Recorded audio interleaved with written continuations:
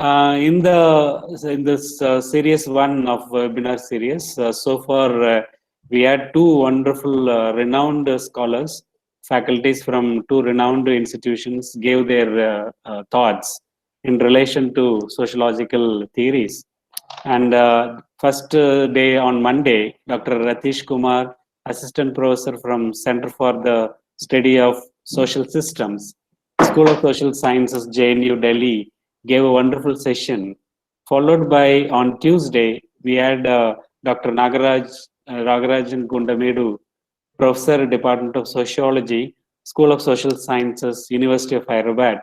And really, both of their sessions were thought-provoking. In that line, we have another renowned administrator.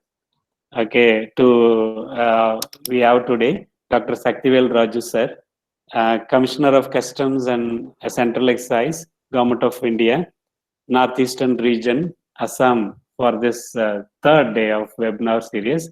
Sir, on behalf of Bharatiya University, Department of Sociology and Population Studies, and all the participants, we wholeheartedly welcome you, sir, for this webinar. Yes, sir. Yes, sir. So we are really happy to have you today. We are really honored to also have you today, sir. Now I'll hand over mic to Dr. Suresh Babu, sir, for formal introduction of the resource person and introduction of the theme. Thank you, sir. Thank you. Hello. Good morning, sir. Good morning. Good morning, everyone. Good morning, sir. Good morning. Sorry, audible, sir? Audible, sir? Is it Yeah, audible? I am on. So yes, sir, you are audible, so you can go ahead. Yes, yes. So good morning, everybody. It is an immense pleasure to introduce Dr. Saktivel Raju. Is my friend and philosopher and guide. We both together joined in JNU during 1996, and he is the one was preparing for the civil service examination. At the time, I was studying my MA. But the thing is that Dr. Saktivel Raju is prepared for UPSC examinations. At the same time, he also reads lots of books in library, and he's supposed to get civil service for the top 10 ranks. But unfortunately, I don't know. He spent most of the time in the library and digging a lot of books and gaining knowledge. That's the major reason for he got the customs. But he was very much interested in academics rather than the bureaucracy.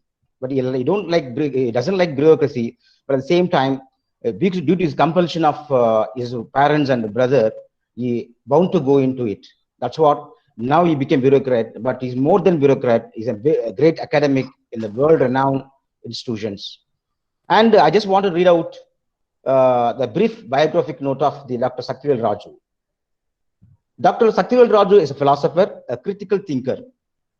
He has been trained academically in economics and law, and is very much interested in sociology of economics.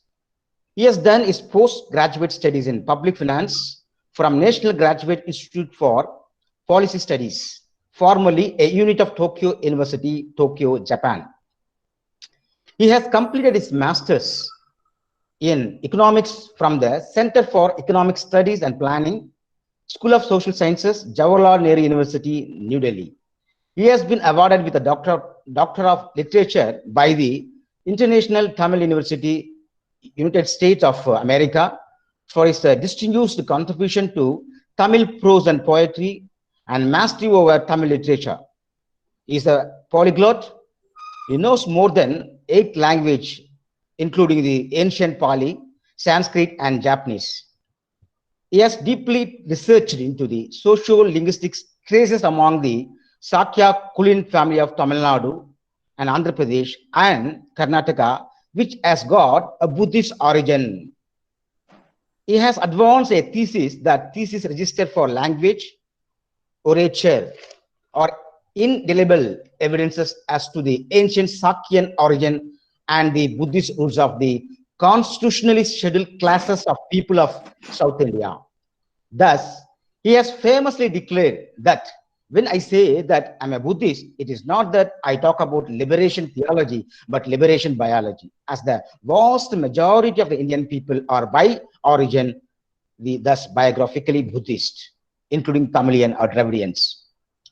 His interests vary from critical theory to constitutional jurisprudence and from Paigu to Foucault, thoroughly grounded in the various schools of philosophy, including postmodernism.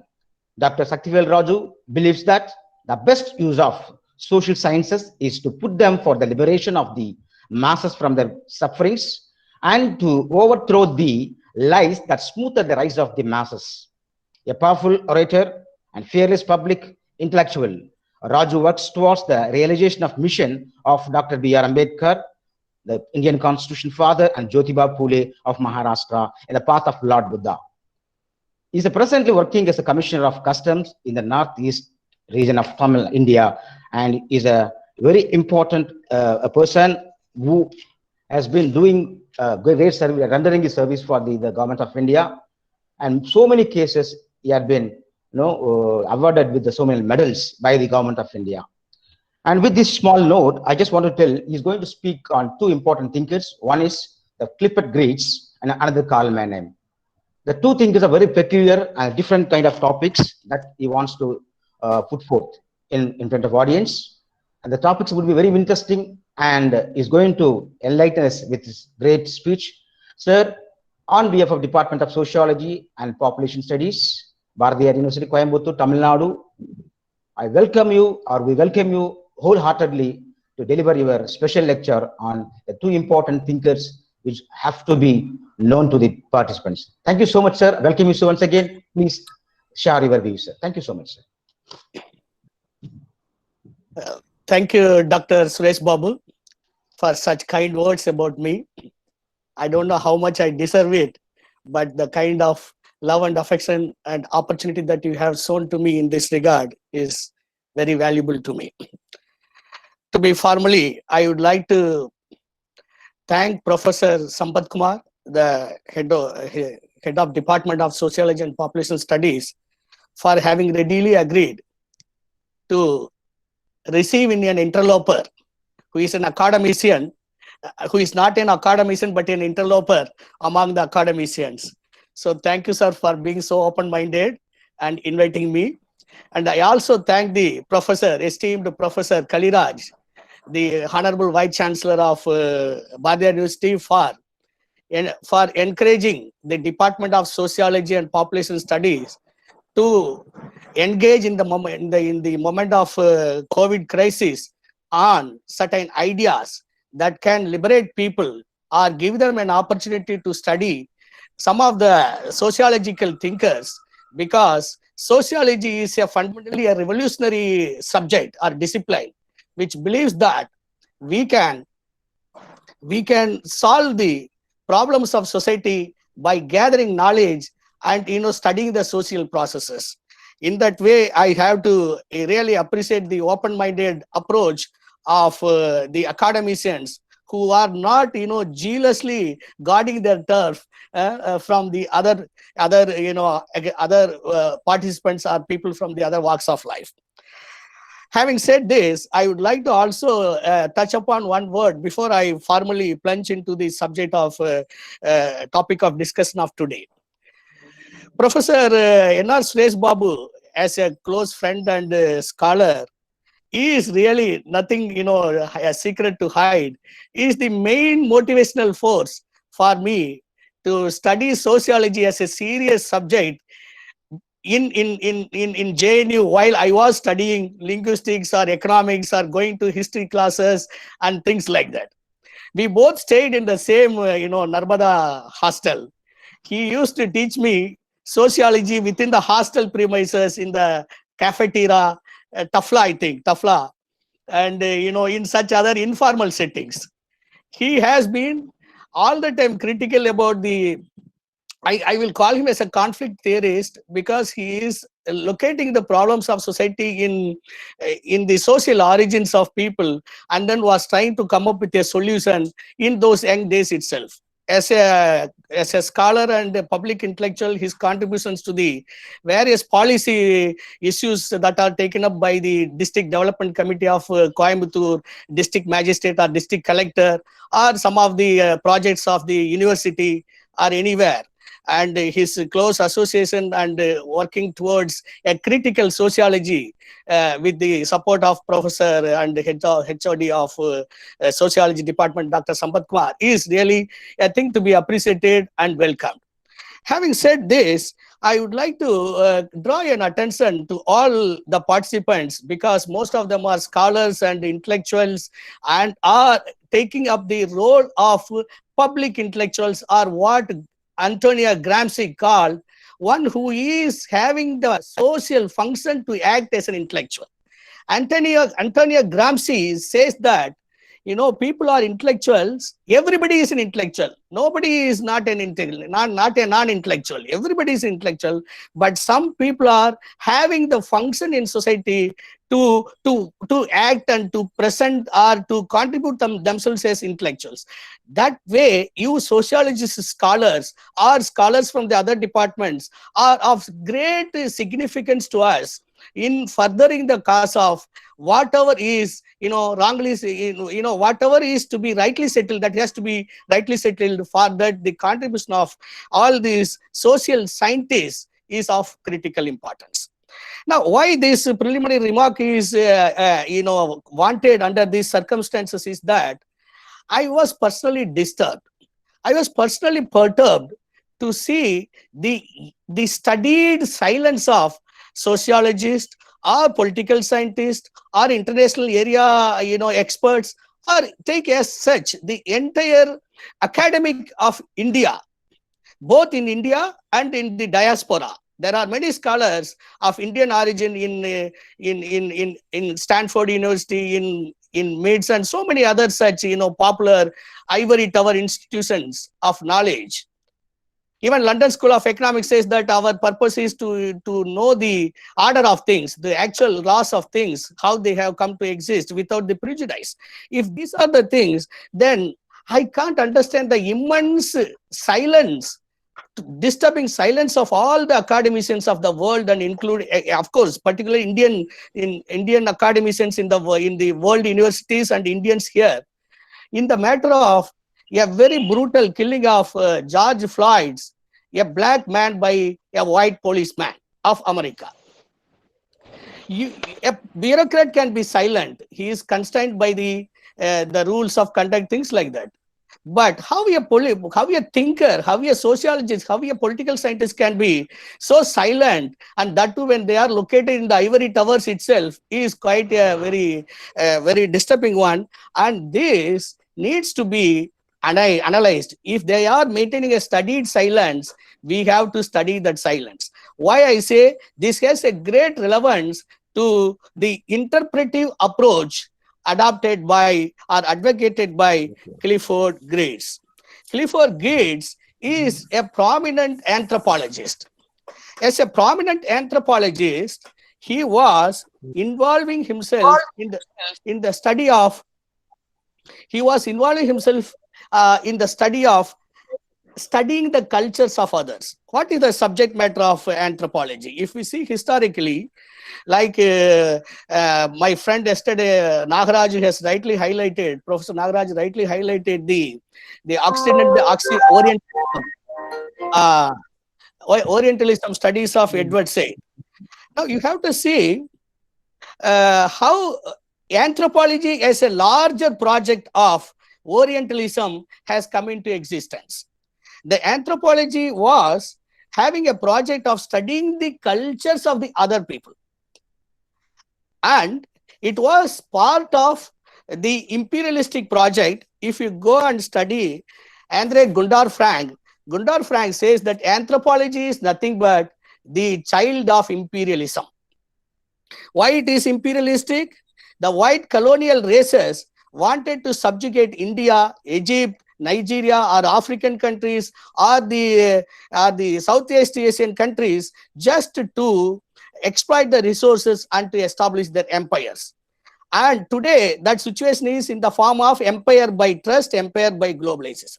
So, when we are tracing the origins of anthropology, yes, yeah, an expert who has an intellectual functions to study the cultures of others, what is its relationship, whether it is in the interest of furthering the knowledge of human beings as a whole, because on a particular deeper questions, Indians may have a view, or Africans may have a view, Chinese may have a view, Japanese may have a view. Is it the interest of the anthropologist to bring all those knowledges, points of view of various human people, to bring to the common heritage of knowledge of human society, so that we can benefit and understand and establish a world new order which is, egalitarian in nature?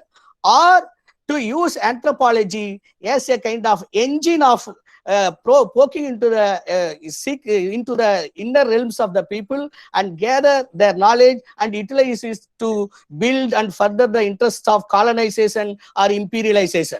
These are the basic arguments of anthropologists, and in this context alone, Clifford Geertz is taking up a clear-cut standpoint. He says that our purpose of studying cultures is not to go for building a kind of empire, but to establish a social intercourse, a social conversation with the people who are living on the other side of the valley.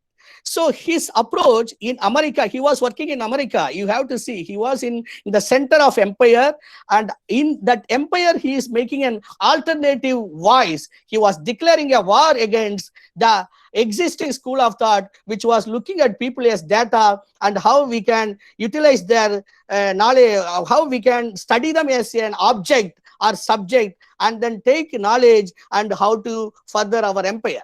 So there was a school of thought which was working towards that direction. Against that school of thought, Clifford Geertz emerged as an advocate for interpretive approach for studying anthropology, and it had larger implications for other social sciences, particularly since you are all mostly sociologists. It has also of great relevance. This interpretive turn, it was famously called as interpretive turn because earlier there was a structuralist turn. Now you see, Clifford Geertz was, specifically attacking the methodology adopted by Levi-Strauss. Now I will just share one slide, and then we will move further in this regard.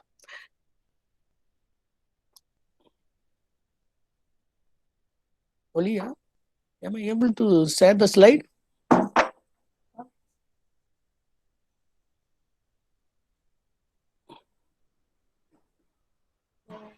So there is an option present now. Yeah. Kindly see. Yeah. Thank you. Am I audible? I hope. Yes, sir. Yes, sir. It's very clear. We have for the first time. Gee, thank you. We are for the first time, away from the gaze of the panopticon. Yes, sir. Now you can present your screen, sir. You can open. Please let me go. Yeah, very good. I go to the present now. Yes, your screen.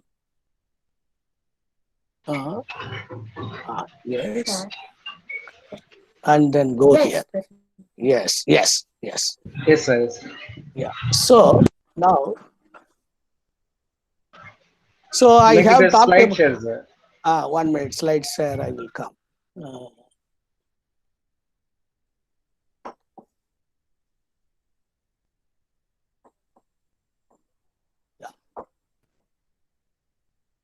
You are able to see me? Yes, hello? Sir. Pakka, sir. Okay. So kindly have a look. Whatever is wrongly settled is never settled, and it has to be resettled. Dr. B.R. Ambedkar. Martin Luther King says our lives will begin to end the day we become silent about the things that matter. And the great economist, Miss Joan Robinson, she says that the best use of social science is that we put it against the abuse of it. This is a major framework. And here I am locating Geertz.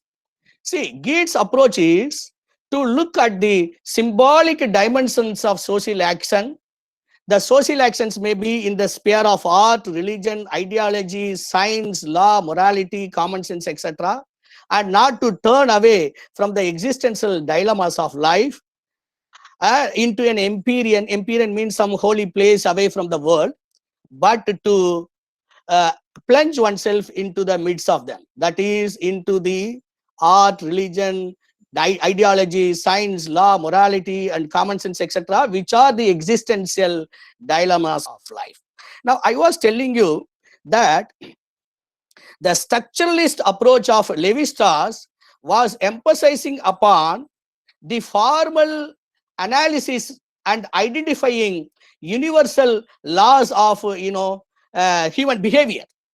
But Clifford Geertz is telling, see, kindly read this: the essential vocation of interpretive anthropology is not to answer our deepest questions, but to make available to us answers that others, guarding other sheep in other valleys, have given, and thus to include them in the consultable record of what man has said.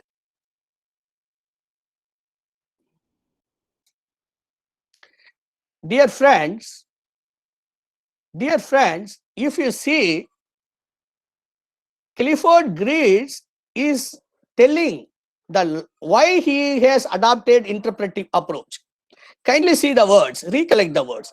He says, some of the deepest questions that bother humankind as a whole: what is justice? What is equality? What is democracy? What is a just social order? What way we can establish the equality of races? What way we can establish the equality of women, gender rights? What way we have to analyze the problems of transgender? What way we have to see the LGBT issues? And what way we have to see the political conflicts that are taking place in Palestine and in Israel? And what is the kind of alternatives that we have to come against the orientalistic descriptions of Islam as if it is a terrorist and a very irrational system? All these things, all are deepest questions of humankind. And on these deepest questions, each one is having an answer. Particularly, the white race has its own answers. It has all explanatory powers because it believes that it can identify the universal laws of human mind, and it can reduce it into a mathematical system or deduce it from a logical system. This is the empire's imagination. This is the empire's agenda. This is the agenda of any dominating group in the society. Later on, when we discuss about Karl Mannheim, you will come to know that all these are all ideologies. That is how he will say there is no knowledge of society as knowledge, but it is a social construction. Now, if knowledge is a social construction, if it is a product of human social interaction, then nobody has a right to claim a monopoly over. This is the answer to the deepest questions that haunt human society ever since it has evolved and come into existence.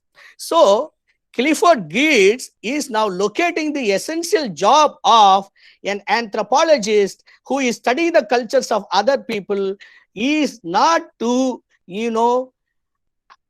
make them a kind of de-emotionalized entities, but to see them as people who are tending their sheep. That sheep is a metaphor he's telling, are doing their ways of life. Sheep can be buffalo, or it can be any, in ancient China, people were growing pigs because at the time pig was considered as a source of money, as a medium of exchange.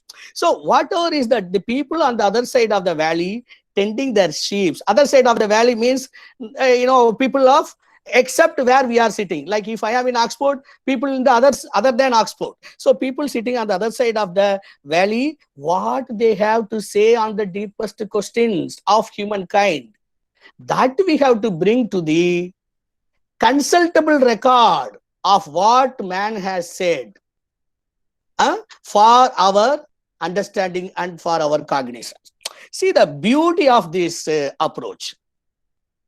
Clifford Geertz, why he has revolutionized the thought of sociological thinking, anthropological thinking, and he could rule the entire social sciences, and it has spilled over to natural sciences also for more than 40 years. And today it is called as interpretive approach and interpretive turn, or a major paradigm in the sociological or anthropological thinking, because he has given a totally, he made a breakaway, what Michel Foucault would have called an epistemological breakaway from the existing paradigm of thought, which was trying to reduce. What did the anthropologists say? They were saying the subjects, the natives, the tribes, the others, that hegemonic descriptions. For instance, in Edward Said, he was rightly pointing out how the Islamic countries are being targeted as horrifying demons. Or in Indian context, how the Buddhists or the native autochthonous communities were being treated as if they don't have any independent existence. All these questions of anthropology and their assumptions were demolished by Clifford Geertz, by saying that our purpose is not to penetrate into their secrets and then convert them into a commodity and further the exploitation of commerce or empire, but to bring what men on the other side of the valley have to say. Like, if you take the culture, what Thiruvalluvar has to say about culture, what a Buddhist community has to say about culture, what a woman has to say about culture, what a transgender has to say about culture, what a manual scavenger who has been forced in India by the system of caste and suppressed, what he has to say about the so-called noble culture, Vasudeva Kudumbakam of India.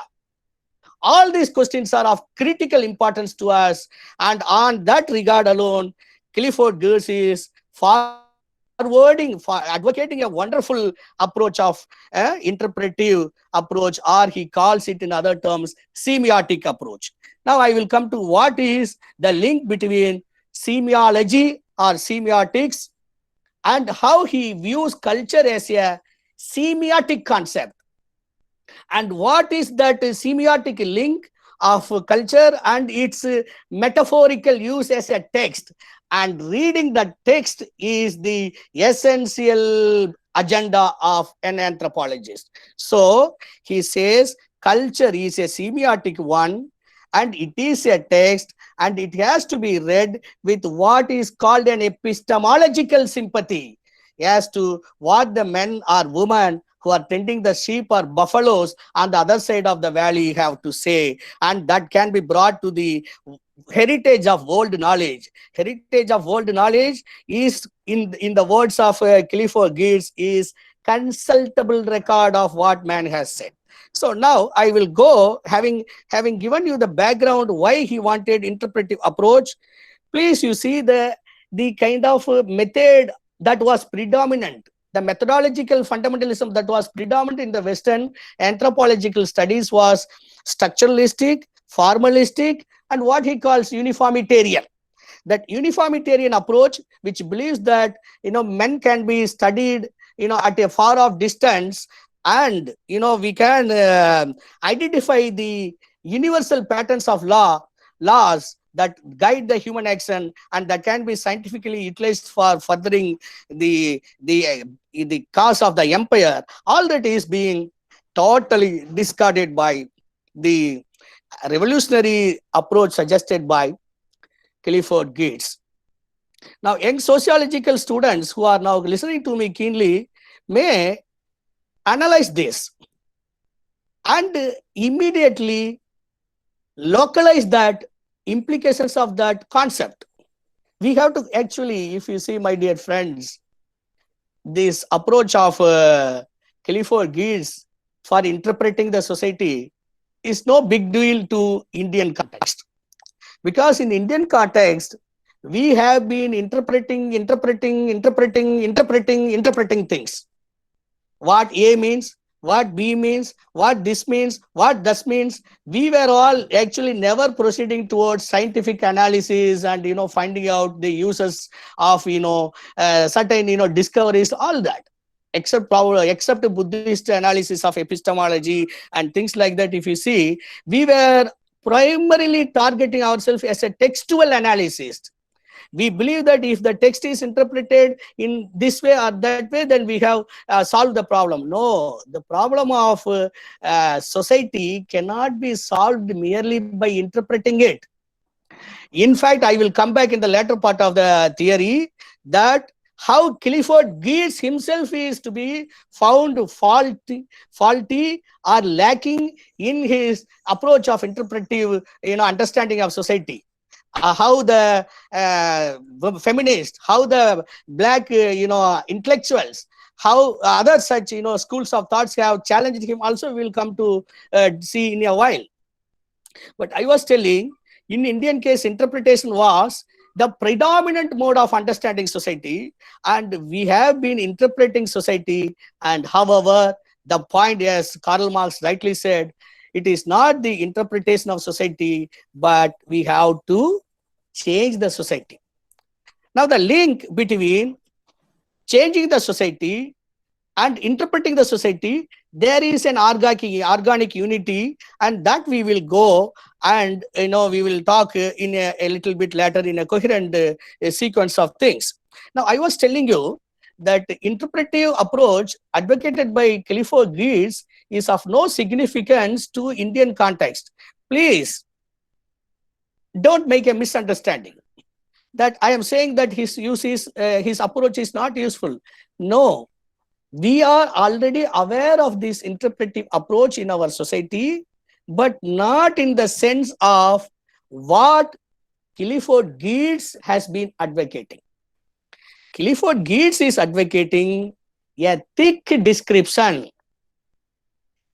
how culture has to be read as a text, how semiotic concept is relevant to us, and how we have to use thick description as a methodological tool. These are the three takeaways, major takeaways, which I will be giving to you, and then show to you that how thick description is going to be of great importance to us, because so far our interpretive methods in Indian context are, take the case of M. N. Srinivas, Brahminization concept or Sanskritization concept. That is a thin description. That interpretive method is discarded by Clifford Geertz. Clifford Geertz's interpretation of the society is to go into the existential dilemmas of life, to the thick materiality, to the thick complexity of the materiality of the context, and to listen to the native's point of view. It is not just merely tell that they are following these traditions of X, Y, Z like that. No, that is a thin description or a very cursory description, and it has no value in social qualitative research that it can be of some importance to us. So I will just show you one more slide, and then I will get you to the perspective of it in far more clear terms.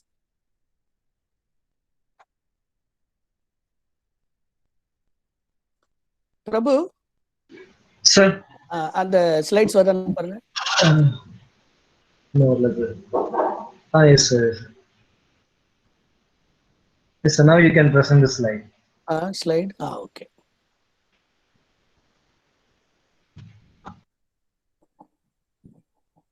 See, culture as text, field work as reading process, deep play. On deep play, I will come. That is where my criticism of Clifford Geertz's method will be there.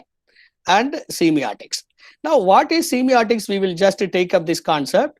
Then you will, appreciate the revolutionary contribution of Clifford Geertz towards understanding social processes, or culture being nothing but a social process.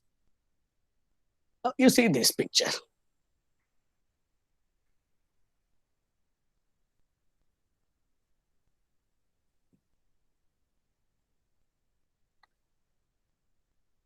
You are able to see me?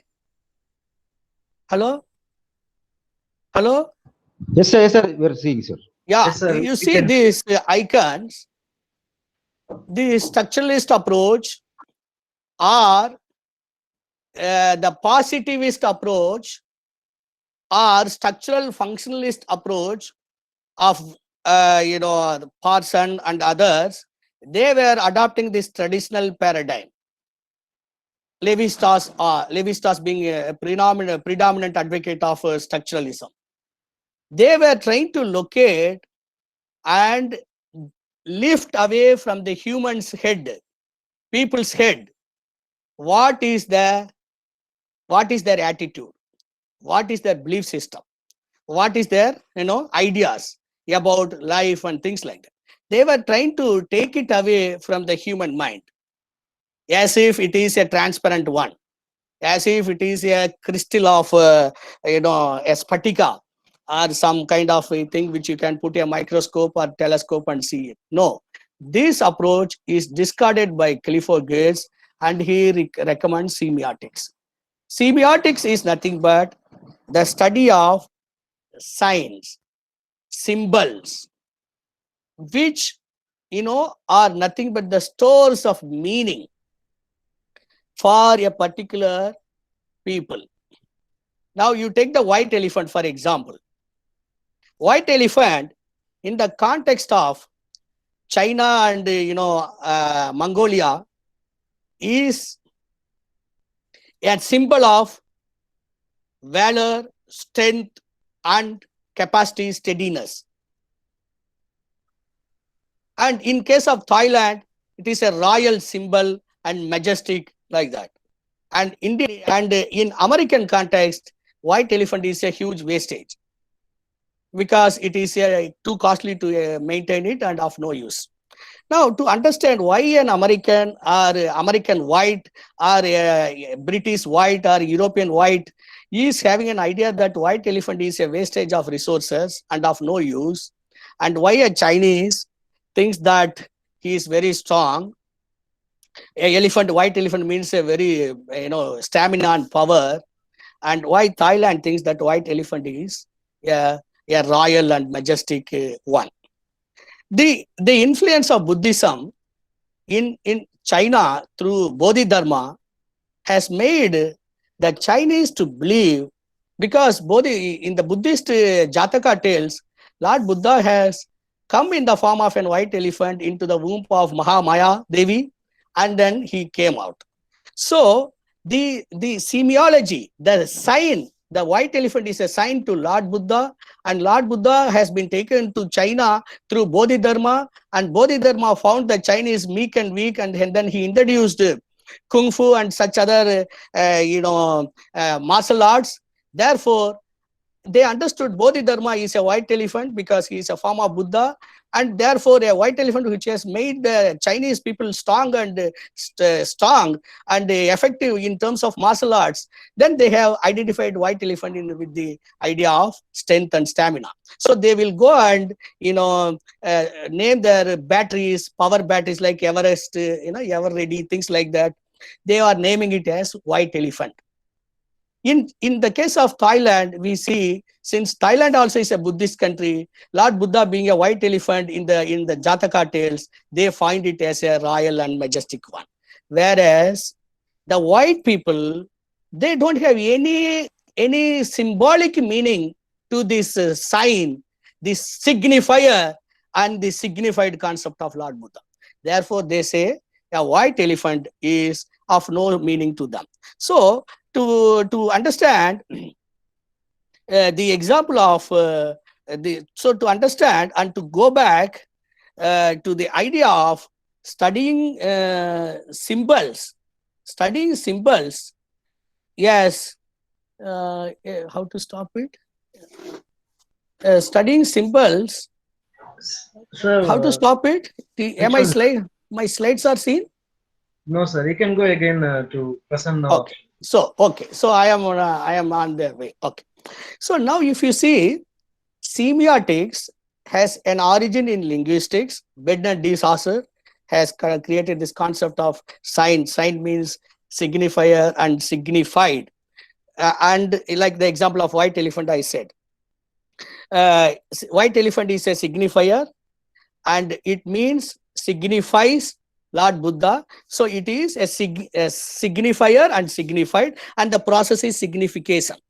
So Bernard de Saussure says that as a linguist, as a semiologist, Everything in society is operating in the form of a network of signs and symbols. These signs and symbols, they carry meaning. So language itself is nothing but a huge system of operation of signs in their interconnectivity. So semiotics main concept is how to see signs. Like I was telling you, right, that example of that slide in which semiotics is trying to locate the reasons in the first place how a particular belief has come into existence. Now we are seeing culture is a belief. No, we cannot understand culture as a belief. We have to first understand how that belief has come into existence. And to understand that, we need semiotic approach. Semiotic approach will say, you see the entire scene of the spectacle, entire scene of the interaction. There you have to see. See, in law, as a student of law, we have one concept that says, that says men may lie, not the material evidence or material circumstances. Now, Clifford Grace was telling the symbols, the signs are nothing but the material evidences. The way I laugh, the way I talk, the way I address, the way people, interact with each other, they are themselves a very, very significant events, and they carry meanings. And that meanings matter because that meanings alone make it possible a discourse among themselves.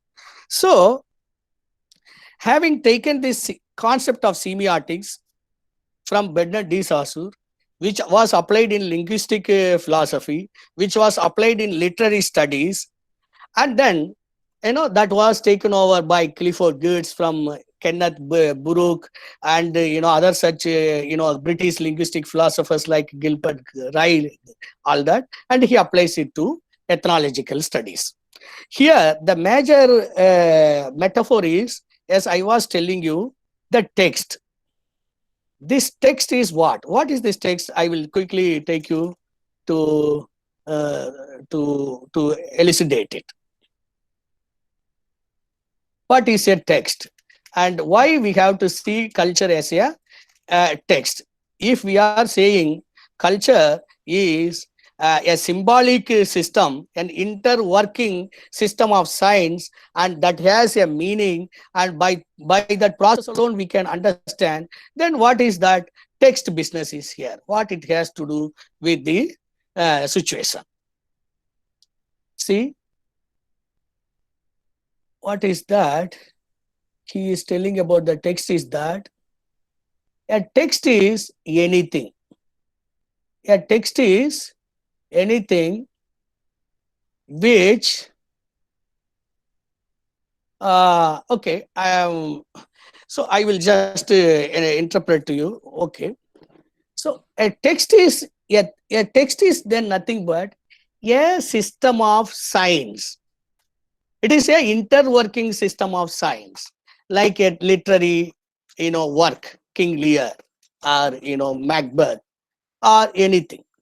Now he goes on to say how the linguistic semiotic analysis has been applied to the literary studies, and how a text is studied as a system of signs where meaning is interpreted by the reader.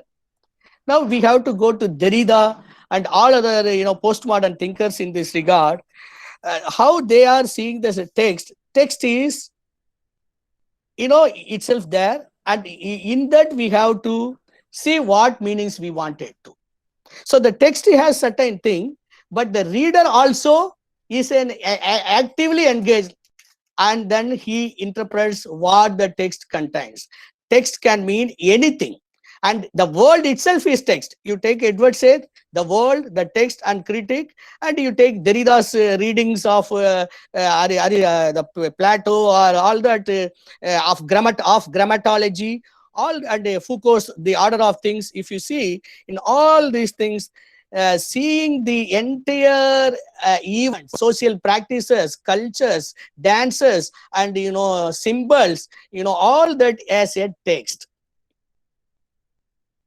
Once you see everything as a text, then you have to read it. Now, Guilford himself says how we have to read the people when their culture is to be metaphorically assumed by us as a text. Why he wants to read it as a text? Because he says that my approach to ethnography is not to go in search of an experimental science, not in search of a law that is the domain of an experimental science like physics or chemistry. Mine is not the purpose to search for a law in the social and cultural milieu of the people, but to go for search for meaning. And he says that his approach is semantics approach or semiotic approach, because in semiotics he is looking for the store of meanings that are there for the people. He says that he adopts this idea from Max Weber. He says Max Weber has defined culture as a web of significance, web of meanings. And if this web of meanings have to be studied, we cannot go and ask people why you do this, but we have to see in their material conditions, merge ourselves, immerse ourselves into their cultural milieu and allow the natives to speak. And then we will be able to initiate a kind of social discourse, a conversation with the other cultures. Then he goes for this interpretive approach, how to read it as a text, and what are the parametric things that define a thick description. Here, thick description means not merely stopping with an observation. What the traditional anthropologists were doing, their approach was ridiculed by Clifford Geertz as Vini, Vidi, Vici. Vini means he observes, Vidi means he records, Vici means he analyzes and gives findings. This Vini, Vidi, Vici, I think they may be French words or some other words of linguistic origin. He says this approach, the ethnographer goes there, observes there, and records his observations, and then he declares what the people are. He produces a text that this is the people. It is like Napoleon. He came, he saw, he conquered. Ethnographer is adopting the same approach. He goes to the foreign culture of the people who are totally different from him, stays with them, and then comes with certain findings and declares this is what is the Oriental. The Muslims are like this, the blacks are like this, they cannot be the Indians are like this, they cannot be trained, they are lacking civilization, this like that. They are creating a hegemonic account of them. This approach of Vini, Vidi, Vici has to be discarded. Instead of that, the thick description approach has to be adopted. What will a thick description approach will do? It is an interpretive approach. That is, it is trying to identify or get the meanings of a particular event as an event to the people. So it goes into the meaning aspect, and then it goes to the social discourse, and then records the observations and brings it to the consultable record of what man has to say on the deepest questions. This is how he adopts. And he says, we cannot distance, we cannot remove ourselves, we cannot bleach ourselves, or we cannot bleach the people whom we study from their material complexity, from their context, and make a universalistic laws to be deduced from that. He says in a very famous way that see, dear friends, I am more of a man who believes in making a point that is very powerful than making a PowerPoint presentation. Because to align the idea and to go to the visual slides and all is always difficult. So the essence, I think, you are capturing. He says that we have to analyze the perspective of the native. When Gayatri Spivak says, can the third world speak? No, madam, you are wrong. There is already the third world is speaking. The gays are speaking. The transgenders are speaking. The manual scavengers are speaking. The blacks are speaking against racism. And Indians are speaking against casteism. All they are speaking. Are you able to listen? That is the question which Clifford Geertz is bringing to the record. In this way, he is the first, kind of postmodernist in a very, very important sense. Then I was telling you that, Clifford Geertz was telling no universalistic laws and understandings are possible because this thick description method should be microscopic in nature. It should locate and particularly describe the things in detail. What does he say there? He says, if you are studying a small town, a small village, what you will do? You will be having the knowledge of a small town or small village only. With that knowledge, you cannot build up a big theory. It would be ridiculous.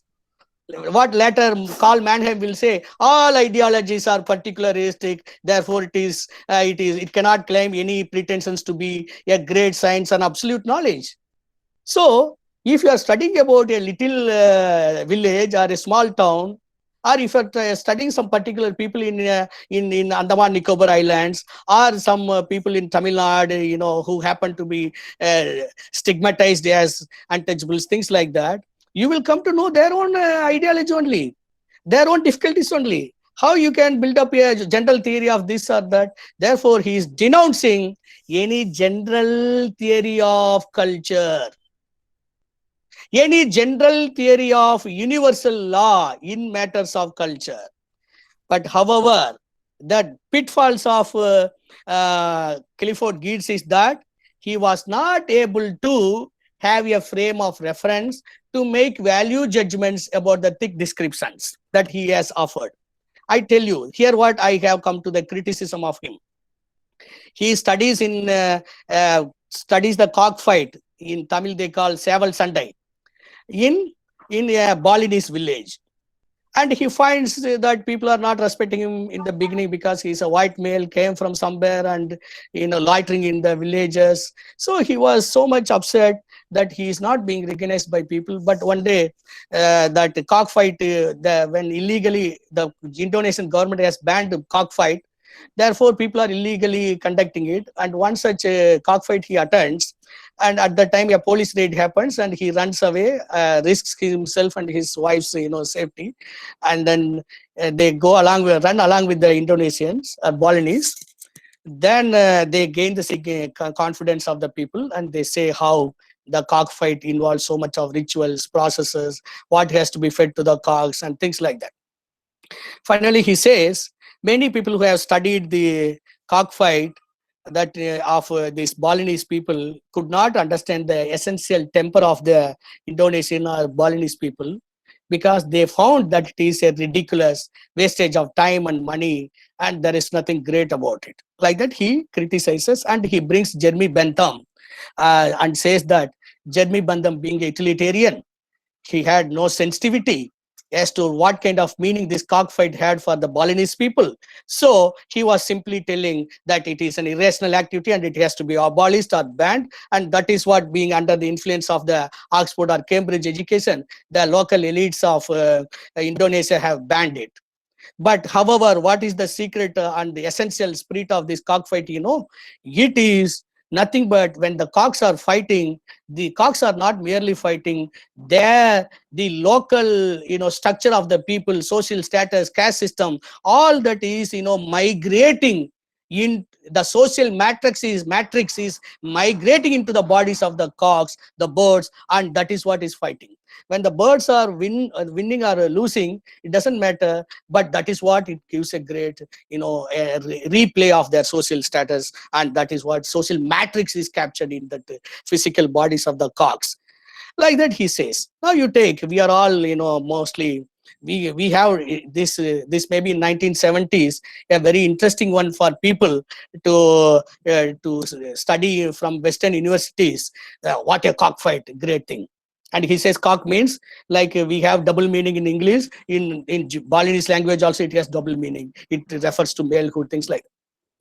So this would have, like some of in agriculture sciences, some students who come from far off, metropolitan cities, they will be surprised whether rice is growing in a tree, or it is, coming in a package, or it is a grass. So like that, it would have been a very surprising kind of thing to the white males and people in Oxford and other ivory universities of USA or Europe, but it is of no great intellectual shock to us, because we day to day see Jallikattu and Saval Sunday, cockfight, everything.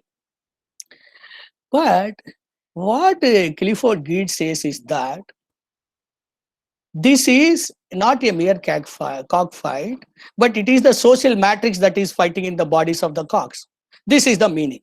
But on the other hand, Jeremy Bentham says it is a wastage of time. It is an irrational activity. It has to be abolished. People can be made to go for studying,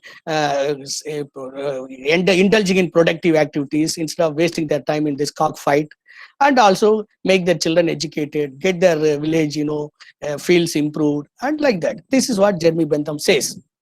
Now, this is what Jeremy Bentham calls it as a deep play, because the bettings and other money involved in that cockfight game leads to a great kind of damage, life or death situation to the owners of the cock, because if the cock dies, then his social status and things like that all come to a great risk. That is why, and high money is involved. That's why Jeremy Bentham calls it as a deep play.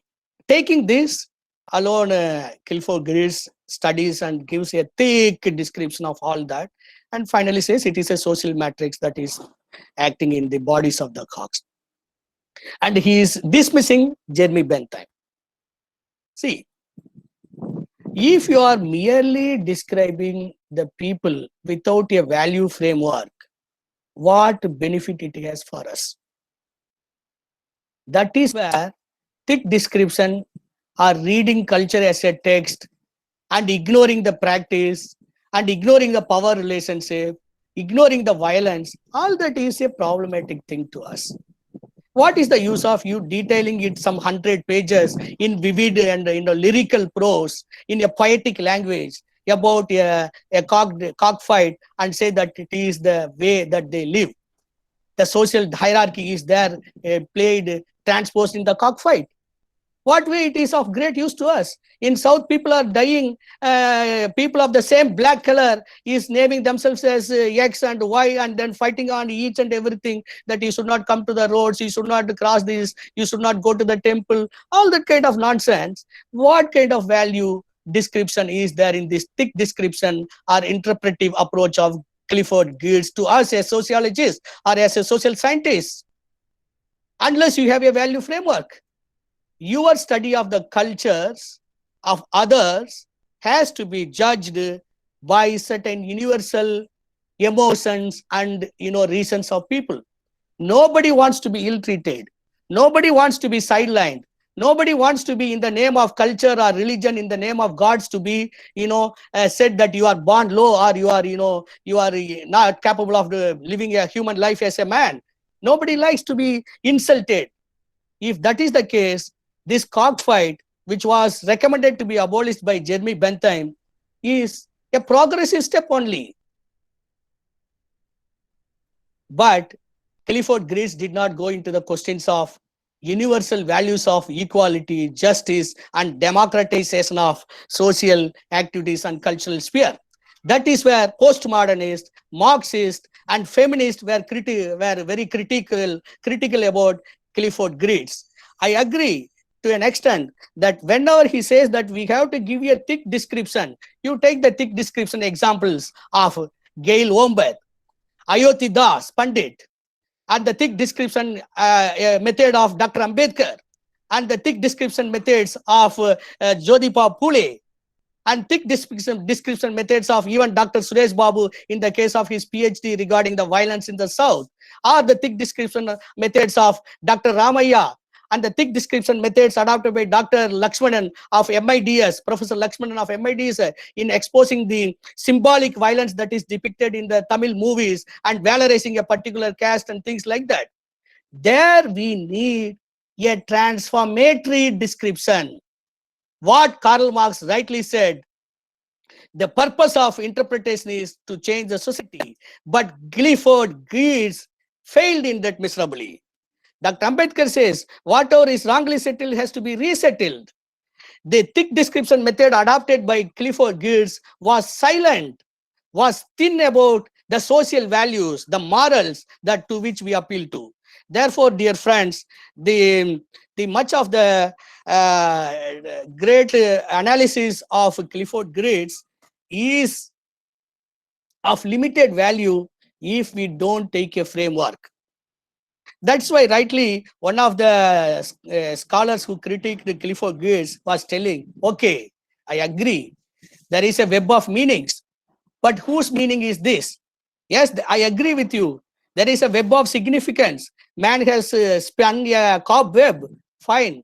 Who has spun the spun the web, and who are caught in it?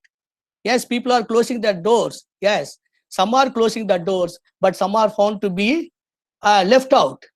You are not providing adequate representation in the parliament and in the educational institutions and things like that for women, Adivasis and black backward class people, and all that are constitutionally prioritized communities. Then your way of description is of no use to me. Therefore, even in the case of Balini's place where he studied about the cockfight, when the communists were brutally killed and massacred by the military of that particular government, he has nothing to say about. What he simply said, it is less of a contradiction of the law of nature.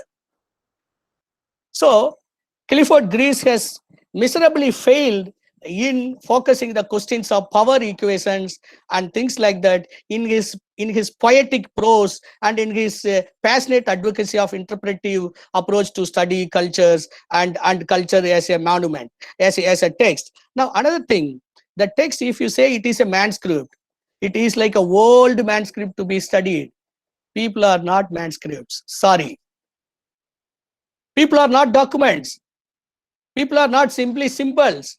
They are living people. And you have, in fact, failed in your own proposition. Clifford Geertz wanted to bring the answers to our deepest questions, told by people tending their sheep on the other side of the valley, has to be brought to the consultable record. That was not clearly brought. That is the criticism against Geertz. Similarly, what kind of description you have to carry out? Like a black was killed by a police in Minneapolis. This is a thin description. A Dalit was murdered, thin description.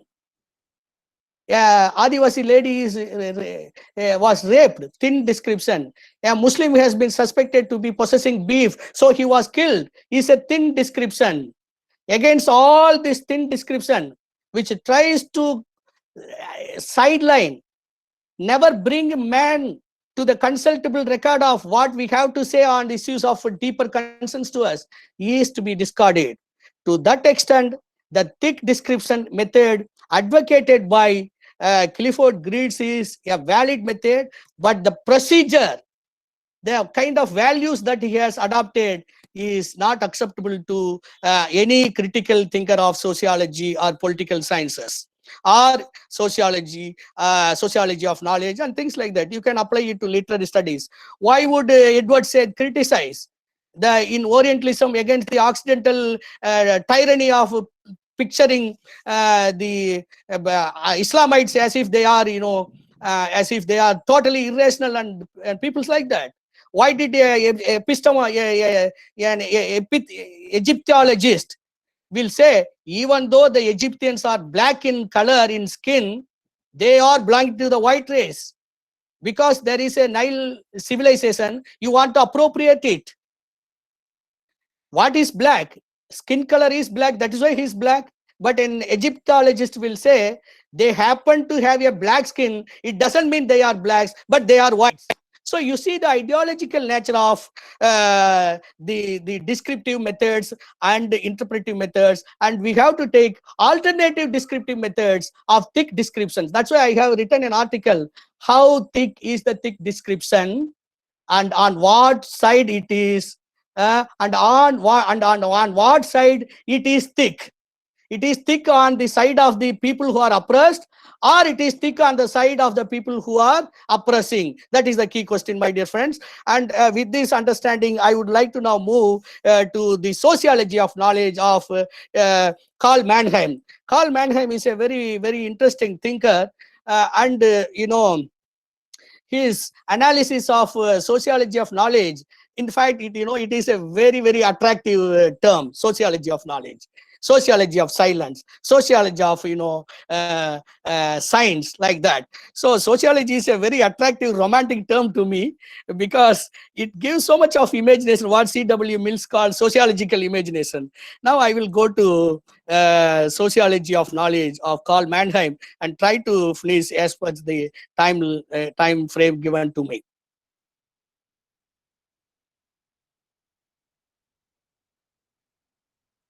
Kindly have a, I am sharing it.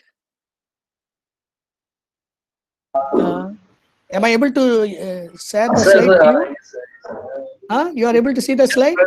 No, sir. No, sir. Okay. I will just go there.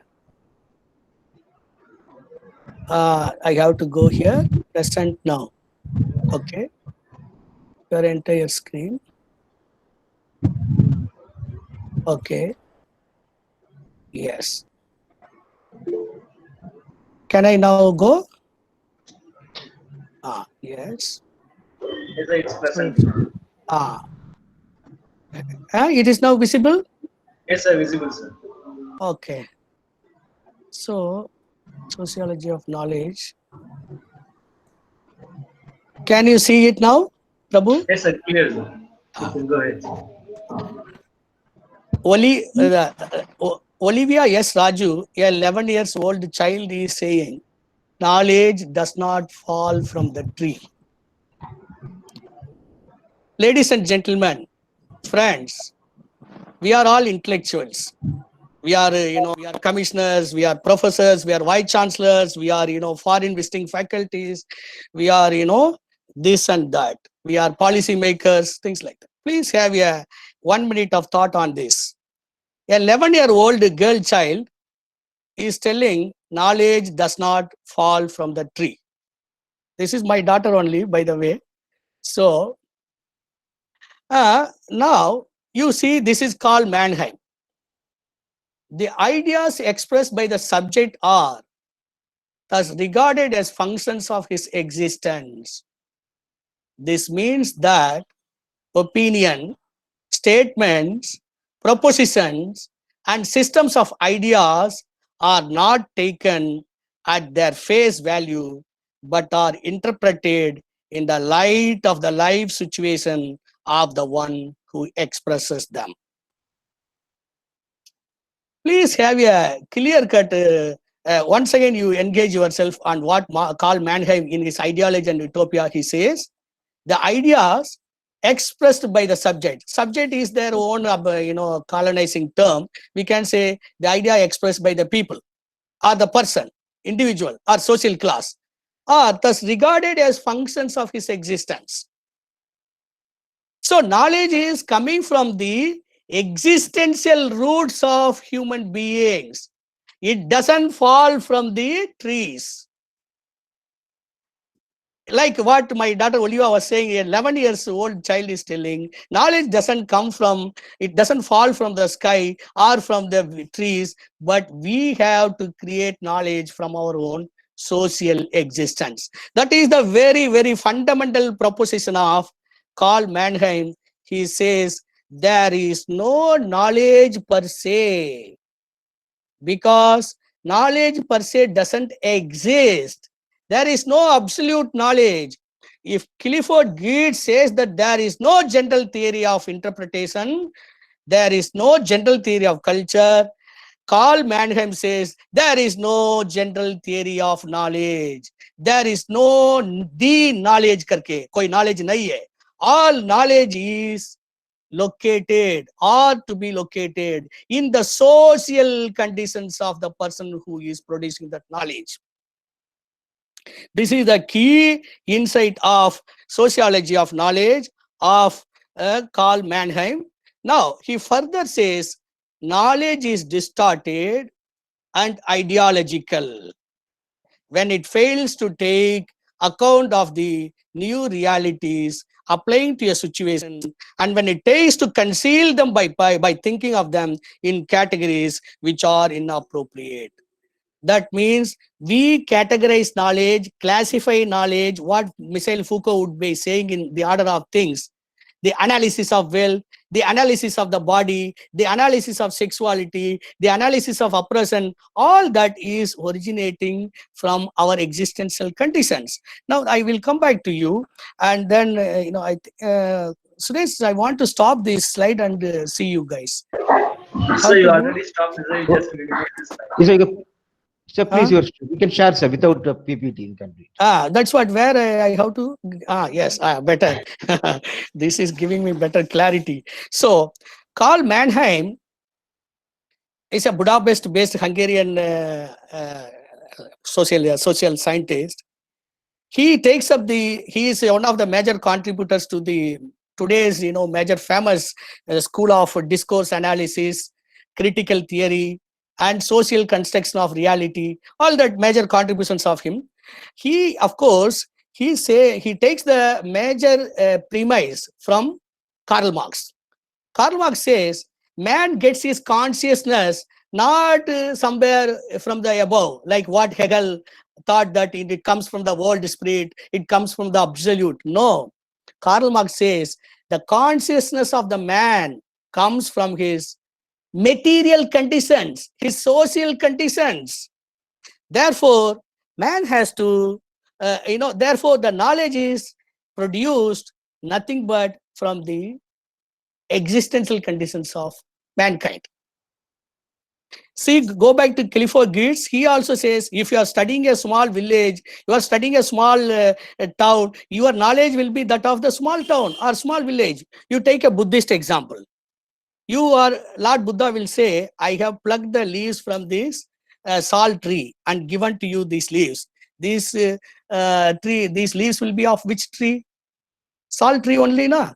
So therefore, whatever is our social conditions, from there alone knowledge comes. Then if somebody claims that whatever I say, this is the condition of Dalits, this is the condition of Adivasis, this is the condition of Muslims, this is the condition of gay people, LGBTs, etc. This is the condition of blacks. You cannot take the question of their universal claim to represent or to say that they have the knowledge of you.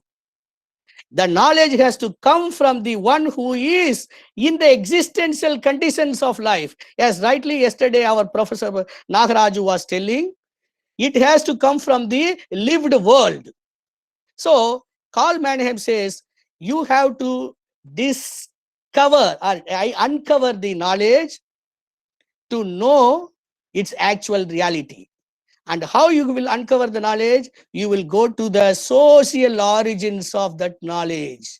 That is from which class it is emerging. Therefore, he says that, knowledge can never be absolute per se as such, like what the Brahmins and, Vedic Hindus believe that, or Vedist or Hindus believe that knowledge comes from the Aparusheya. That is not from the human beings. It comes from the sky. No, that kind of mythical transcendence, what Karl Mannheim calls mythical transcendence, and locating knowledge in some metaphysical object. No, that is not knowledge, it is ideological.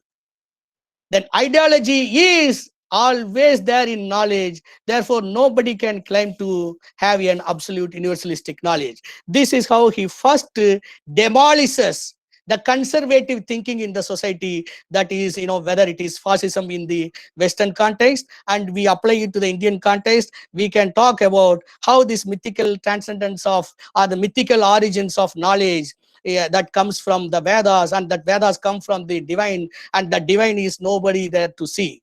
So if you see this kind of mythicizing knowledge as if it is away, divorced from the material conditions and the existential living conditions of human beings, is an ideology unto itself, and such an ideology is a conservative ideology, and it will not lead to the progress of the society.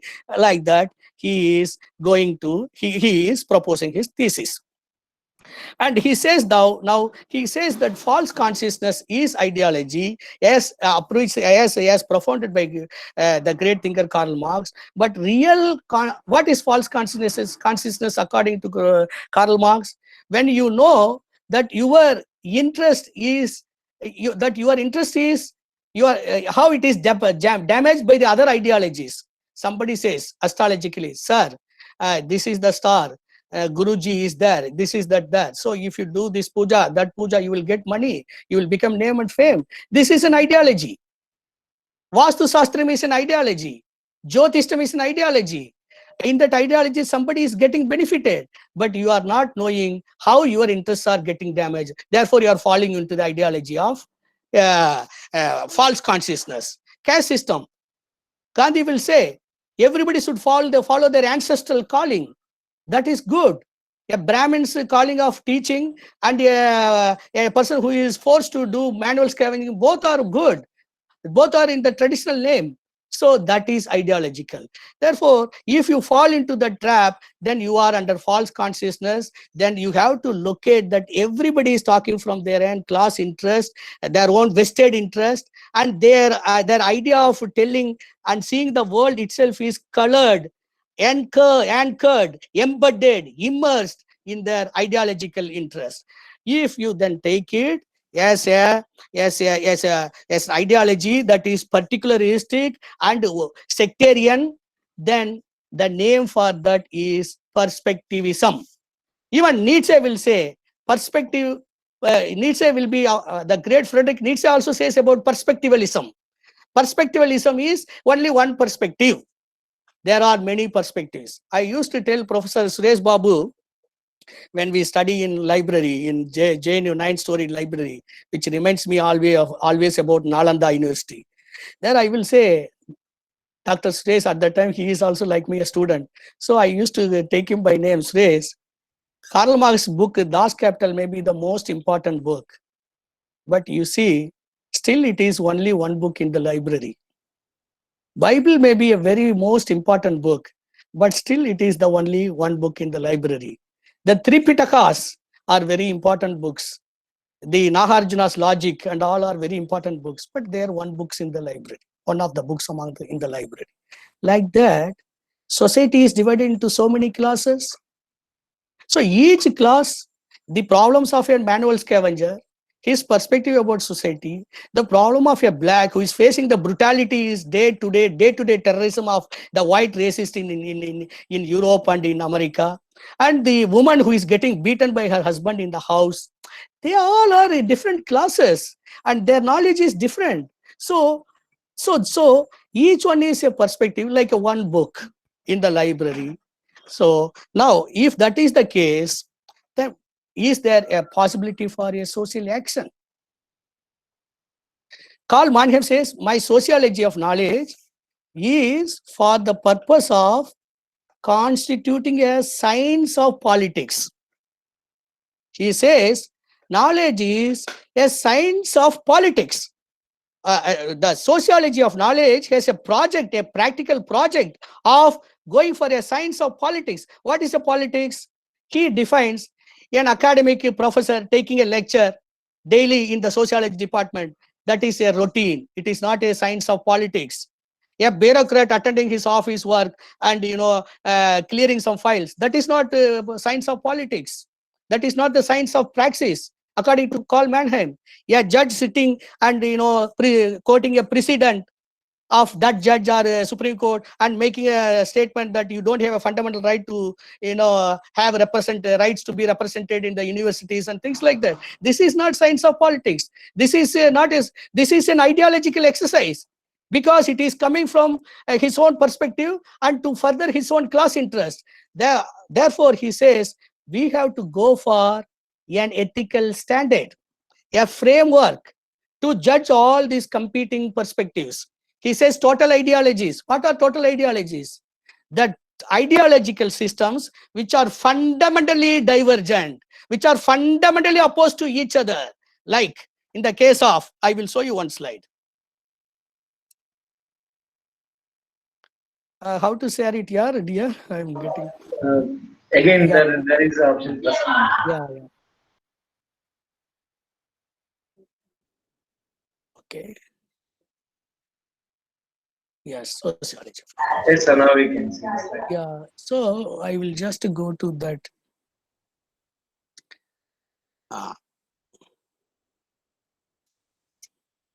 Please see the idea of perspectivism or perspectival approach, as told by Friedrich Nietzsche, or the perspectivism of Karl Mannheim, is no new idea to the Buddhist epistemologist.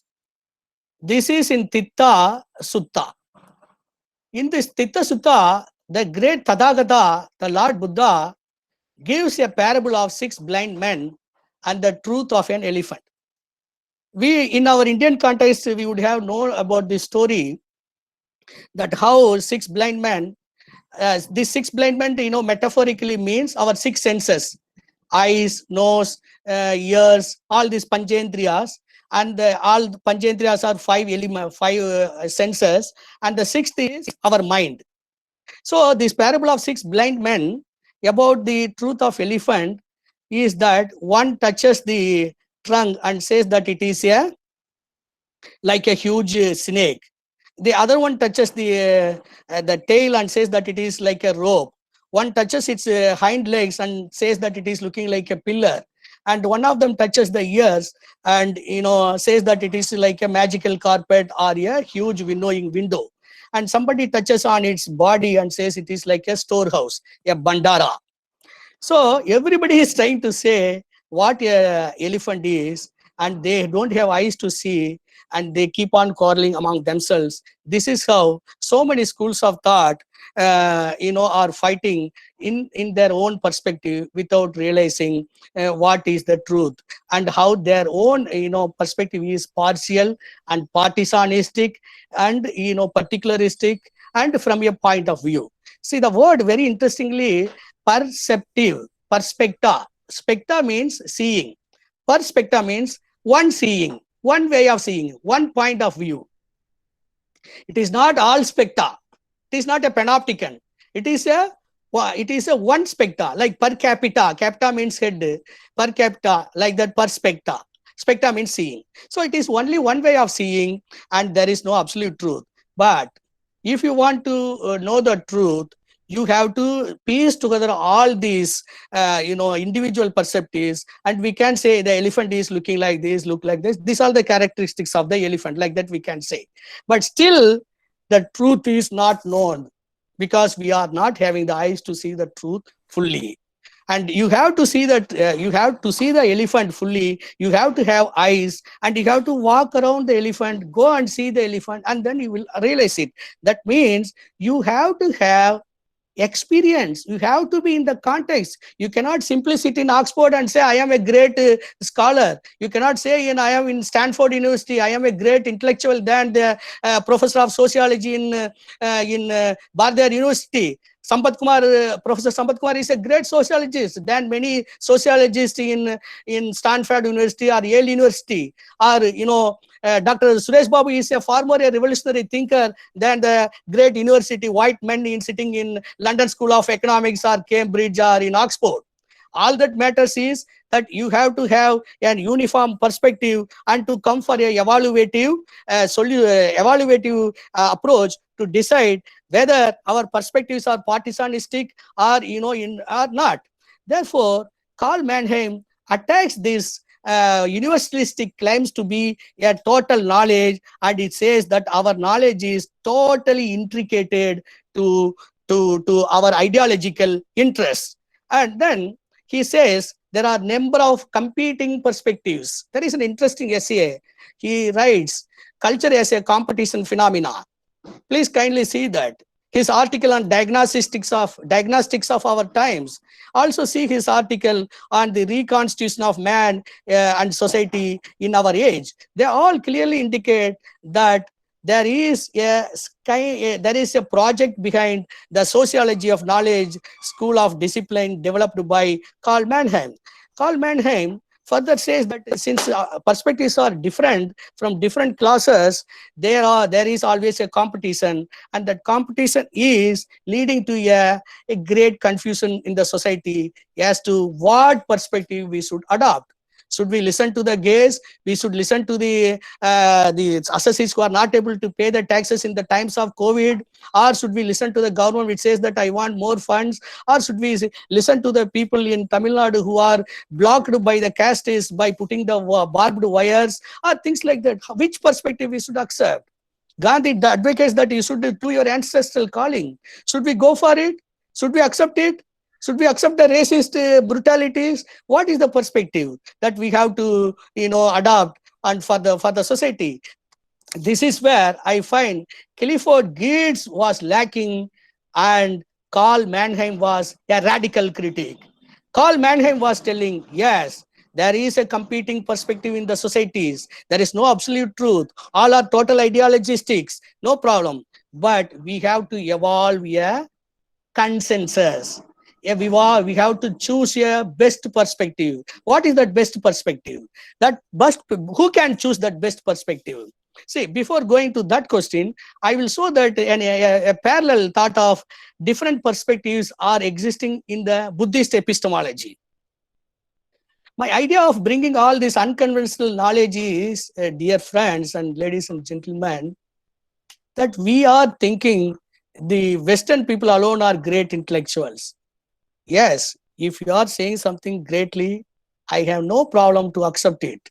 What the ancient Sakya Sangha of the Buddhists, what they used to say, if a poet comes and sings a song or presents a theory, then in the Sangha, the seat on which they are sitting, that will grow 1 feet more and a person will be allowed to take his seat. See the metaphorical greatness. We are all sitting in the chairs in the conference, and I come there, you give a chair to me, and I gain my chair by proving my relevance, my knowledge, my ethical spirit. So in the Buddhist Sangha, if somebody is presenting an idea and that is of a meritorious idea, and the Sangha that seat, what is that called, that bench grows 1 feet, and that person is allowed to take seat. So what I wanted to say, if Oxford or Cambridge is giving certain ideas to us, okay, we are accepting that as far as it is relevant and useful to progress the human beings from the dark passions to the enlightenment. There is no problem. But you cannot create a hierarchy of things that's just because I am in Oxford University, I am great, and you are there in Bharata University, you are nothing to me. No. So then to come back to this point of differing perspectives, Lord Buddha says in Ditti Jala Sutta, he says net of views. Max Weber, web of significance, that web concept is taken from here only. You see, Ditti means Drishti, Jala means net of views. My mother, who is a great poet, Mahakavi, Rajamata, Papati, are used to tell me that, there are 63 Kalikana schools in the times of Lord Buddha. Kalikana, unlike the Brahminical understanding, Hinduistic understanding, Kali means, darkness. In the Buddhist understanding, Kali means intelligence. Kali means joy. Kali means happiness. You take the Kali Tohai of Tamil, Sangam literature. Kalipa is there a separate form of stanza in Tamil, which means Tullalosai, Ekkala Osai, that is emerging with a great booming voice, roaring. So you have to see it. So there is already competing perspectives in the law in the time of Lord Buddha itself, and he has described it as a net of views. So now I will come back. Having said that Eastern epistemological counterparts are anterior counterparts, that is historically prior existing counterparts to all these Western thinkers, I have shown this to you. Now I will come to the question of how to choose between these competing perspectives. What should be our criterion? Karl Mannheim is going through this epistemological dilemma, and he wants to, say that we have to go for an unattached class of intelligentsia. This unattached class of intelligentsia will help us to arrive at the best perspective. Now, how to decide that unattached class of intelligentsia? I will take up that question. Before that, dear friends, because you are all critical students of sociology and various social sciences. I know Professor Ratnesh Kumar, professors of various Nagaraj and so many other intellectuals, Professor Lakshmanan, Professor Ramaya, Professor Gopal Guru, and so many other great intellectuals, I presume, will be listening to this, and they will definitely will be curious to know whether this guy, a bureaucrat, has an understanding about the merit of and the classification tools, conceptual framework of Karl Mannheim or not. That's why, to clarify to you that I know something about Karl Mannheim's scheme of analysis and understanding, I would like to first, give you some of this theoretical fundamental division of this particular ideology and total ideology. In particular ideology, kindly see this slide. This I have taken from some intellectual. I will put his name because yesterday I could land on that.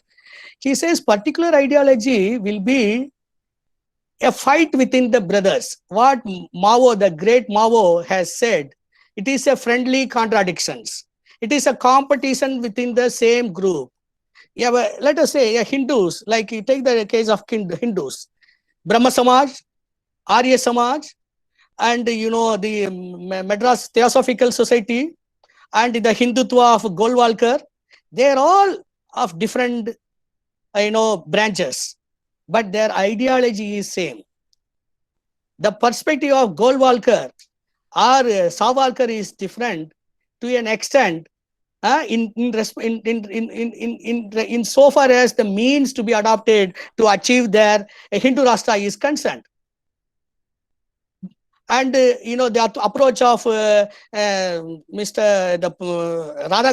Radhakrishnan, he will say he will be a soft Hindutvavadi, but whereas Golwalkar or Savarkar will be hardcore Hindutvavadis, but their ideology is clear, particularistic.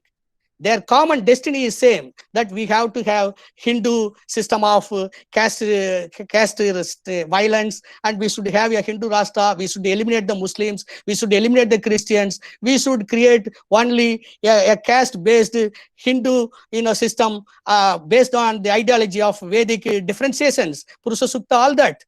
This is their, though they have different schools, this is their fundamental paradigm, and within that they differ among themselves. That is called particular ideology.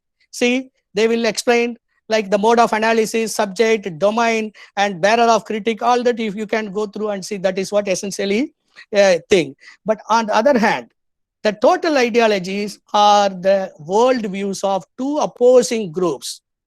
As I said, particular ideology is the fight within the whites, the fight within the right-wingers, the fight within the Hindutvavadis, as to the means, as to the strategy. What Anthony Gramsci will say, war of position, the war of movement, how to move actually, karke. What steps we have to take, karke. There is no dispute about their position, their point of view, their common destiny, ideology. But whereas total ideology, Karl Mannheim says, they are fundamentally divergent thought systems. They don't see the individual in it. They see the entire theme, how it is working out. There is no good cop, bad cop. In the analysis of black ideology, they see how the black body is targeted by the white racist, whether he is a police officer or a professor in economics in Yale University. It doesn't matter how it manifests itself as a systemic phenomenon, not as an individual psychic or psychoanalytic theories of what they have to explain. No, these world views are fundamentally opposite. So, and the classes which espouse these world views are totally different. Take the autonomous indigenous Buddhist communities represented by Dr. Ambedkar and Dr. Ayodhya Das Pandit as to what is their worldview, and the worldviews given by Brahminist understandings and Brahminist worldviews, they are totally opposite. See, they are fundamentally divergent thought systems. They are fundamentally divergent thought systems. There is no meeting of eyes. Therefore, they are mutually unseeable to each other. There is no meeting of each other. There is no touching of each other. Therefore, they are mutually untouchables to each other. There is no common, the point of view where they can share themselves. Therefore, they are worlds apart. This is called total ideology. As per Karl Mannheim, he takes the examples of the Marxist versus the fascist. He takes the example of the conservatives versus the liberals. He takes the examples of the dispossessed classes as against the oppressor communities. And then he says, there is not that something is problematic in the individual's preference, but the reference itself is a problem. Not that they cannot see, not that they don't want to see. He says they cannot see. The problems of a manual scavenger cannot be appreciated by a priest sitting in the temple of Balaji. He cannot appreciate why he is, has to deal with the shit of these people, whereas he deals with the divya gandha of the chandanam and such fragrant things in the temple. Their worldviews are different. A priest in the Ayodhya temple will never understand the problem of a woman who has a right to go and worship, and a judge sitting in the Supreme Court who has come from a particular social class where there is so much of privileges. He cannot understand why the right to representation is fundamental, and it is inscribed in the Constitution of India, in the preamble of India. He will say there is no fundamental right for you to represent. Why? These are all fundamentally divergent thought systems.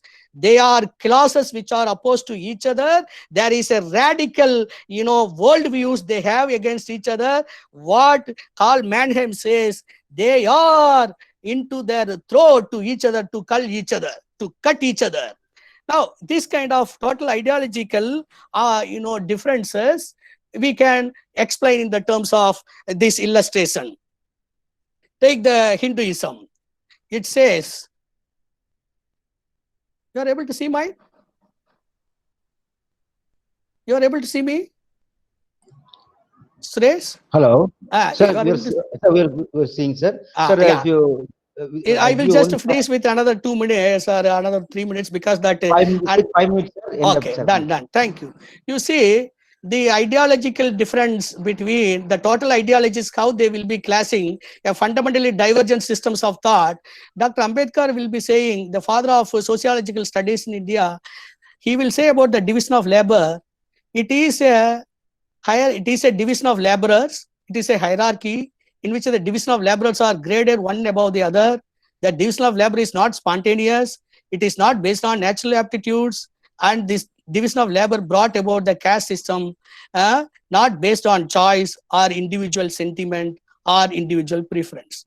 On the other hand, what Gandhi will say?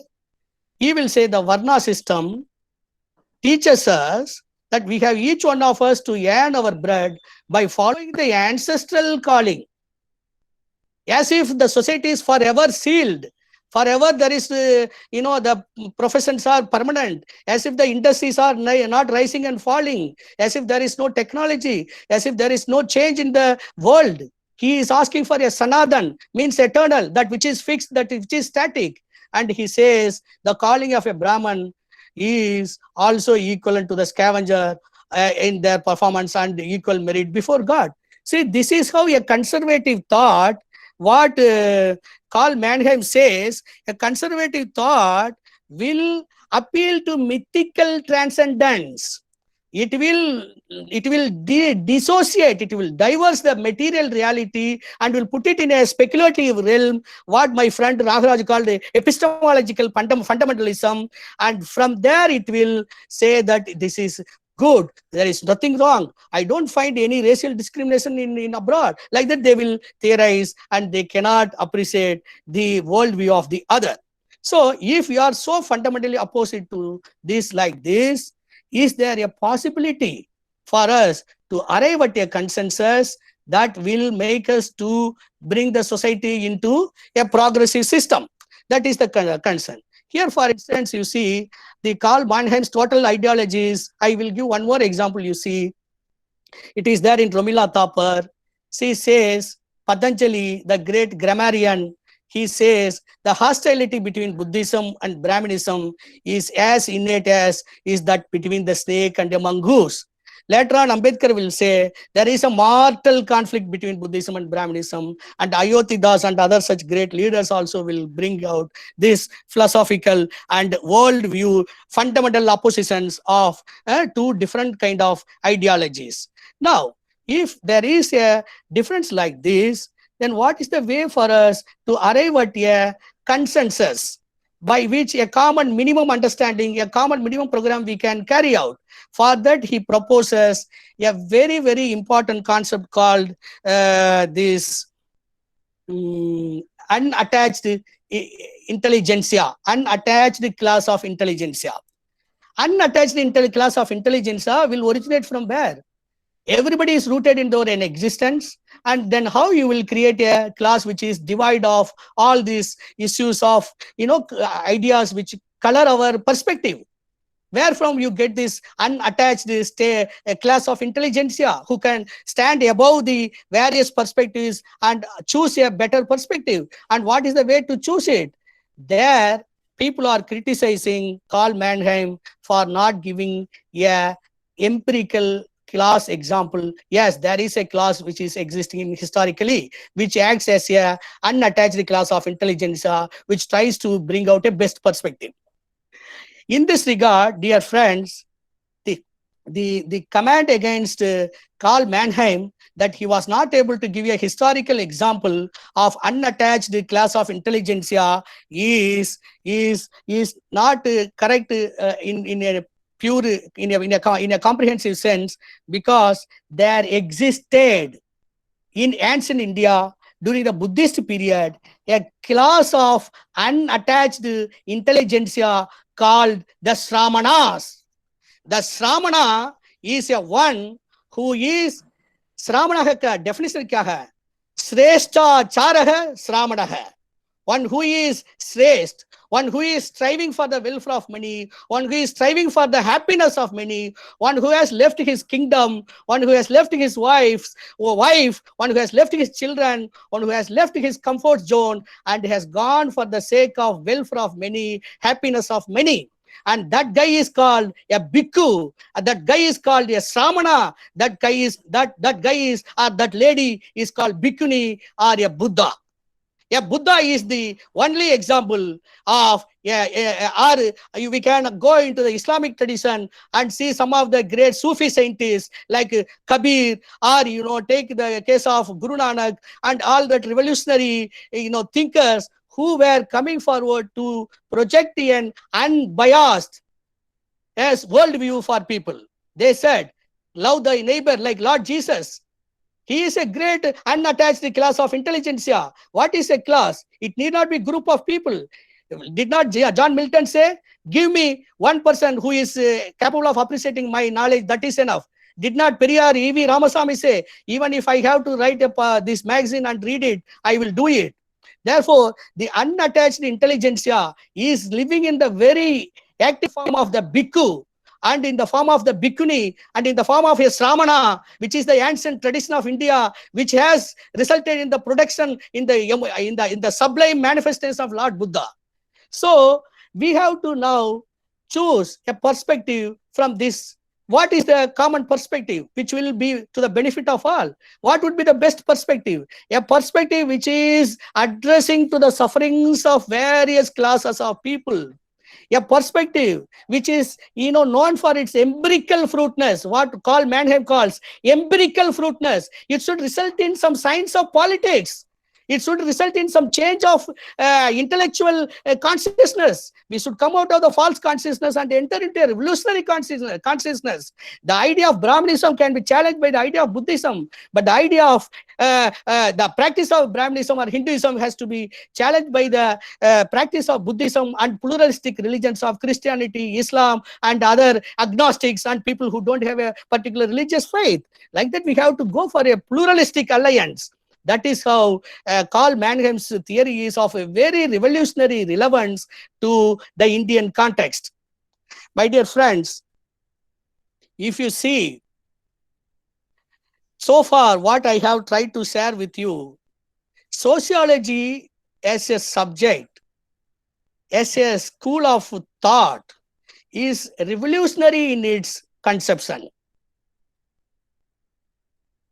We have to see, we have to see the best perspective when I say, see the Constitution, see the universal rights of universal Declaration of Human Rights. We have to see the cultural rights of women and all that, United Nations declarations of children's rights.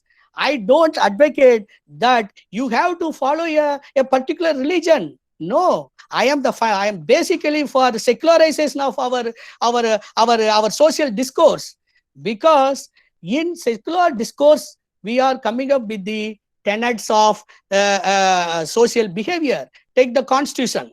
It says what are the rights, what should be the safeguards. Yes, that is the way we should go for. Therefore, my point of view is that when Karl Mannheim says that the different perspectives have to be selected by a class which is unbiased, we can achieve a class which is in an unbiased manner. It can scrutinize our various institutions of power and knowledge. How we can institute? By enlarging the consultable record of the people. You have to have Muslim representation in the ministries, in the parliamentary committees, in the educational institutions. You have to have OBCs. You have to have the constitutionally prioritized communities, the people of the scheduled classes, communities, and scheduled tribes. We have to have women. We have to have transgender. We have to have every race and class, every possible way of people, manual scavenger, and sex workers. All have to be on the consultable table of our discussions, and we have to arrive at what is good for each and every one of us. And for that alone, we have, like the great Rousseau said, we have contracted to be a society. A society is not a gradation of communities. It is a federation of communities. So all communities should have their voice, and we have to arrive at the best common minimum good perspective and put it into a science of politics, which is nothing but the state authorities, the institutional authorities, and produce a better progressive society. I want every one of us to be happy wherever we are and in whatever position we are, and we have to have a progressive life. Karl Mannheim also said there is a generational inequities, the theory of generations. Therefore, our generation has to give a more progressive, pluralistic values to our children. I was quoting my daughter Olivia S. Raju. She is, only 11 years old. She says knowledge doesn't fall from tree. See the perspective. A child is not born with any prejudice. Did not John Locke say the child is a tabula rasa? In that we can inscript what we want. Society also is like that. Social classes need not be fundamentally opposed to each other. We can create a consensus by making definitive interventions. That is where sociology, as Bordo rightly said, about whom professor has drawn attention, Ratnesh Kumar in JNU, that the cultural capital, social capital, everything has to be deployed to create a progressive society where each one's rights will be respected. The fact that everyone is by self-evident, axioms is created equal or has the right to exist on this earth and enjoy life. So to pursue happiness. Thank you so much, all friends. And I particularly thank Professor and HOD Dr. Sambat Kumar and the Professor Kaliraj, the Vice Chancellor of Bharatiya University, and my dear and wonderful friend Dr. Suresh Babu for giving me this wonderful opportunity to share my ideas on Clifford Geertz and Karl Mannheim. And of course, all those friends who are there in the digital scheme. I am not able to see you all. Yet, I think you all had been so kind to listen to me. Wonderful of you. Thank you so much. And sarve jana sukhino bhavantu. Let all be happy. Thank you so much, sir. Thank you, sir. Now I request Suresh Babu sir to propose vote of thanks. Sorry, sir. Ask the queries, sir, asked by the participants. I'm sorry, sir. Okay, good afternoon, sir. Sir, good afternoon, sir. Yeah. Are you listening, sir? Okay, sir. Yeah, so there I are am able so many questions raised by the participants. I don't know. We have only 5 minutes to be ended up. I don't know how I'm going to ask so many questions, and I will ask a few questions which are relevant to these lectures. Sir, the first question. Sir, but either in the consequentialist or in categorical reasoning, cockfight cannot be reasoned as a moral act. But either in consequentialist or in categorical reasoning, cockfight cannot be reasoned as a moral act. That's the first question. Sir, one more thing. I'll tell you some questions. You can please ask that interjector. Yeah, yes, sir. Yes, sir. Not to use any big academic words, yes, but sir, straightly ask the question what he wants to say. I don't know. So the question because is, if he has, like Michel Foucault said, the power, the one who speaks is actually one who is sermonizing, is exercising power. So it need not be the case that a questioner also should exercise power in such kind of difficult phrase. Let him clarify the concept. Yes, sir. One more question. What is your view on Islamophobia as the mob lynching is a new way brutality?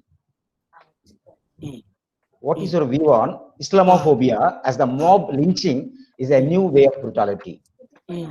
This is one question. Another question raised by same person. What is your view on relativism as a propagated by the Mannheim? How can we study the thick description? Okay. And one more question raised by same question. Sir, could you give a few tips for writing thick description in qualitative research? So together you can answer, sir. Okay. Thank you, Doctor.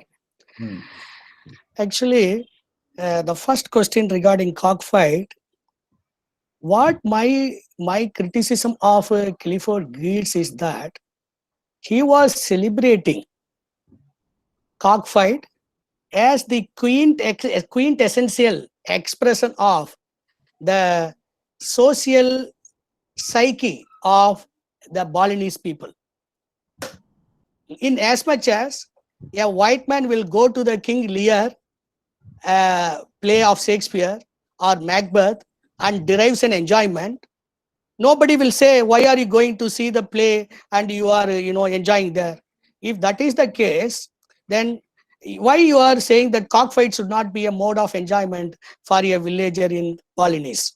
So it is also a social matrix that is played in the bodies of the birds. This is what he is telling. But see, the problem with this kind of approach is that you will end up like Louis Dumont. You will end up like M.N. Srinivas. You will end up like many such white theorists who are celebrating racism and there is nothing wrong in cultural diversities. Like Abbes Du Bois, his Hindu manners, customs and ceremonies, such a big book. He came and stayed among the South Indian Brahmins for more than 30 years and wrote that book. What relevance that book has for us now? He became completely immersed and did not have a critical approach, did not have a frame of work as to how to make a man to cultivate his mind and come out of the idiocies of our own makings. When we are idiotic in certain particular behavior, whether somebody, a Western man says or somebody says is not important, we should also go for self-correction. We should also recognize the evil nature of our practices. Like in Tamil Nadu, you are allowing people to go and, stand in the queue and take liquor. The state has a responsibility to self-correct. The autonomy of reason has to be there. And you cannot justify your own cultural thing that I will beat my wife. No. Go back to Clifford Geertz. He says, all actions are symbolic actions in the public. Meaning is in the public sphere. Culture is in the public sphere. Even sex in the bedroom is a politics now. Therefore, we cannot say that it is all something private, we can celebrate it. No, that is not the view. We have to give autonomy of reason and certain fundamental principles. Second thing, regarding this Islamophobia, I think yesterday Professor Nagaraj also clearly described the Orientalistic perspectives, how systematically a propaganda machine is unleashed by the Western Occidental powers to denigrate and to hegemonically characterize the Islam as if it is a single stream of thought, and it is only the Taliban who are representing Islam, and they are irrational, they are antisocial, like that. This kind of Islamophobia and the lynching, all are various manifestations of the Western disease of racism. You read Michel Foucault, he says these people are diseases of hermeneutics, they are diseases of power, they are diseases of the social sciences of knowledges. So we have to go for an alternative therapeutic method, and that is where we have to come up with their own perspectives. Go back and see what are the pluralistic voices in Islam that we have to bring on the record of human knowledge. And finally, that nice question about thick description, I have told that, to come back, that Robert Guile, he says that thin description is the child is winking an eye. Whether that winking an eye is having a meaning or not, we cannot understand. We have to go for the details in which context it has been done. So then he says, you have to go for a thick description. Thick description will give you the context, the materiality, the complex, that scene of event. Like Paul Ricoeur says, you have to see the entire event and to pick up the set of the event. So I have given a clue to that, whoever has asked me, that to go for a thick description, you have to initiate a dialogue with the people whom you are studying. They are not your subject. They are not the other. You have to study with them. You have to listen to their voice, and you should have a frame of reference which is anchored in the moral values of progress and equality and justice, things like that. Then you can see the examples of thick description in the writings of Annihilation of Caste, in Buddha and his Dhamma, in the Gulamgiri, that is against the slavery of Jyotiba Phule, Mahatma Jyotiba Phule. And you can see the thick description illustrated in Ayodhyadas Pandit. Read the book of The Image Trap, and as how the cinema is violently describing and valorizing certain castes in Tamil Nadu, like Professor Lakshmanan's thesis or book. And even your own Professor N.R. Suresh Babu's thesis, if you see how it is thickly describing. The problem is you have to take the proposition, give the context, and pose the questions, listen to the native's voice, and also examine it in various perspectives and come with your own point of view. This is what thick description is. If you want, I have some of the slides and that I can share you, but I have given you the illustration. You go to this, like Gail Wombeth. She will study in detail about how the caste system evolved. Eleanor Gilliard, you see Eleanor Gilliard's biography of Dr. Ambedkar, and Dhananjay Keer's analysis of Ambedkar. In Dhananjay Keer, we don't get anything about Ambedkar in a very radical and inappropriate way. What Karl Mannheim calls the science of politics. But whereas in Eleanor Gilliard, you will know even the dress, even the statue, how it is symbolically standing for a liberative message, that you will find. So that is the example of thick description, and you can benefit by studying these scholars who have an who have an agenda of progressing the society towards the great ideals of the constitution. And lastly, one question, Dr. Suresh, you asked, what is that? Sir, you have answered that question, so no problem, sir. Okay. I have two questions, but I don't know. I'll give only- relativism, Yes, sir. something, relativism, no? Something he asked. Yes, sir. Yes, sir. Yes, sir. Relativism, actually, when perspectives are competing with each other, there arises a relativistic approach. To avoid this